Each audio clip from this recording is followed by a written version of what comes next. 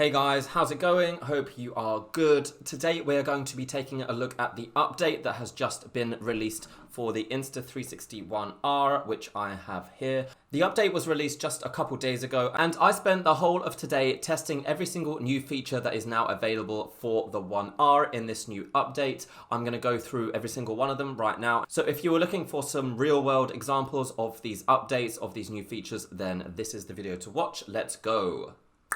So first, let's take a look at the all-new AI shooting mode called Pureshot. This is essentially a photo mode for the Insta360 One Inch module and the 4K module.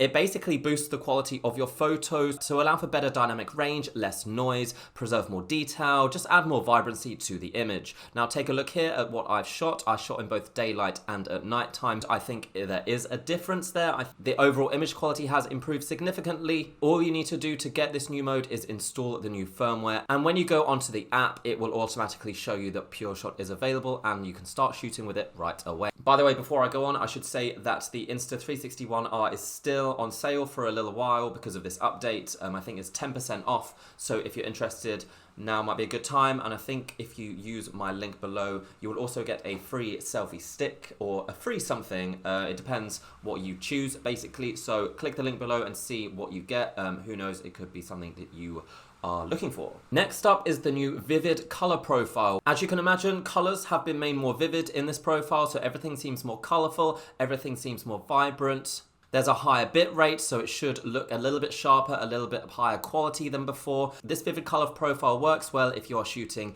in very colorful areas. If you want the colors to pop, I mean, you can have the choice to turn it off. Again, all you need to do is go into the app and choose which color profile you want to use. For some people, maybe it's a little bit too vibrant, maybe it's a little bit too unrealistic, but for me, I really like it, so I'm going to continue to use it.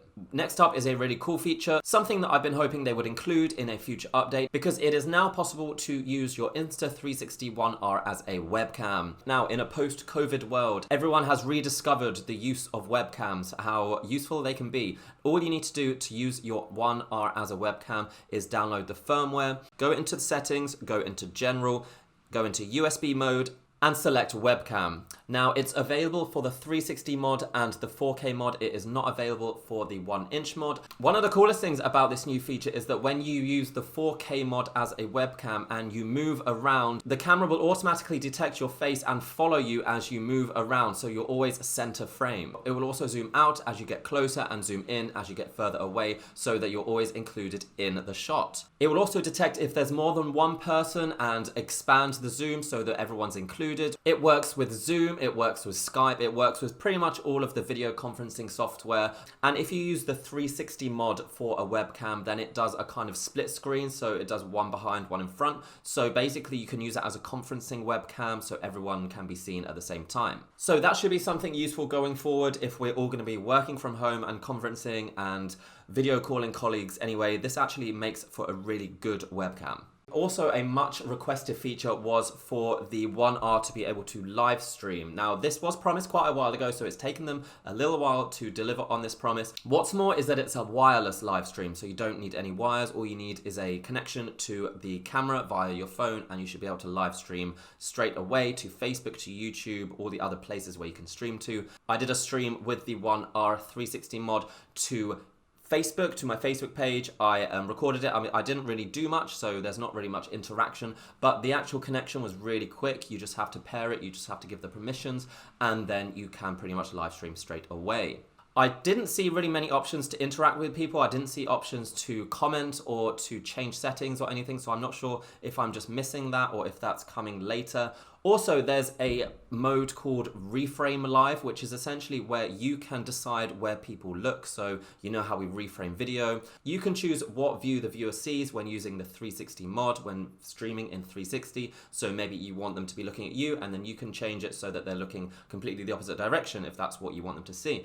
That makes live streaming a little bit more interesting. Next up, there is now a faster workflow for shooting with the 1 inch and 4K lens. Before, the files would be in the IN NSV format, which meant you had to process them through the Insta360 Studio desktop software, which took quite a while. Now they are automatically in MP4 format, so if you want, you can just take them straight away, use them straight away. The downside is that if you do that, then only basic stabilization will apply. So this is probably best used for still video, for video where you're not moving, but for moving video, you should still put those MP4s through the Insta360 Studio app, and then the stabilization will be applied. And as you can see here, the difference is quite a lot. But it is good that you don't have to do that necessarily, because all this processing and rendering can take a long time. As well as that firmware update, Insta360 also updated their app, and they added some new effects to their Shot Lab, which is where it automatically edits your video to create some cool effects. Now, the two that they added something called